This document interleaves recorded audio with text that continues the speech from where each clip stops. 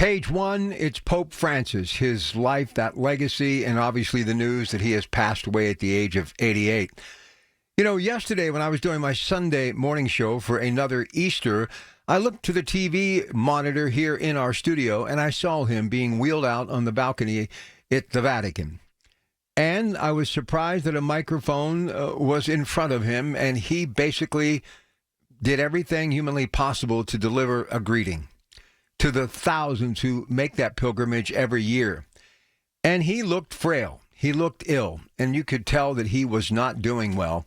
And I simply made the sign of the cross, something we Catholics do on a regular basis, and I was so thankful that he was able to do that. And also thankful that I had one more opportunity to share Easter with this man, the 266th pontiff, 12 years as the Pope.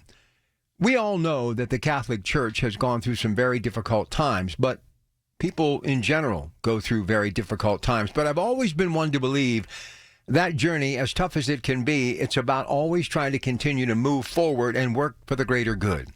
And if there was ever anybody who was all about continuing the journey, not taking a step back, facing every question and obstacle head on, and looking to the greater good, and always looking at everyone as a member of the human race, no matter what their religious beliefs were or what they were all about.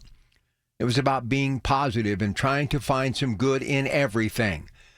I think us Catholics got a lot of strength from this man, and, you know, I've been hearing so many people of my faith, including our Bishop David Zubik and others, talking about this amazing man. You know, he was larger than life. The thing that I remember the most was how big he was and manly and strong. And I thought to myself, he's going to be in for the fight of his life because of everything in the past and where our world is headed and the headlines that we deal with every day. But the thing that I will remember about this amazing human being was the fact that he was able to overcome so much, and he did so much for all of us, including yesterday, to my amazement, being wheeled out in that chair that became a part of him.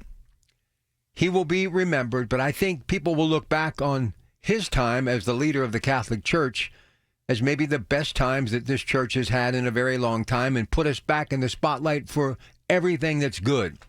And will give young Catholics like my children and others an opportunity to really bear witness to what he was about, but be able to hang on to their faith and live in a world that, well, faith is much needed.